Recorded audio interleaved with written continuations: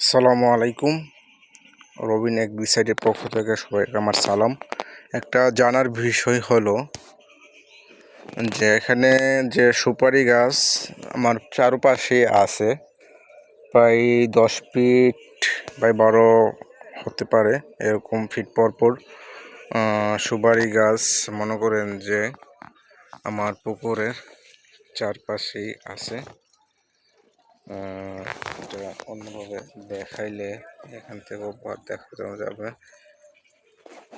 তো এই যে সুপারি গাছ, যাদের ধারণা আছে, আইডিয়া আছে সুপারি গাছ সম্পর্কে, আমাকে একটু আইডিয়া কমেন্টসে দিলে ভালো হইতো যে এগুলার মধ্যে কোনো রোগের সংক্রমণ আছে কি না, মানে কি দিলে ভালো হবে, সবুজ হবে, সবুজ ঘাড়ো পাতা হবে, এরকম কারোর মধ্যে কোনো আইডিয়া থাকলে আমাকে প্লিজ সাজেশন দিবেন।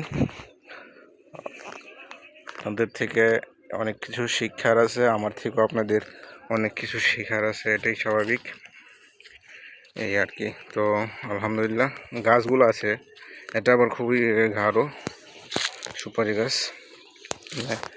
এগুলোর মতন কয়েকটাতে এরকম ডিস্টার্ব দেখা যাচ্ছে। আসলে এটা কি ওভাবে এটা এরকম হচ্ছে জানলে খুবই উপকার হতো।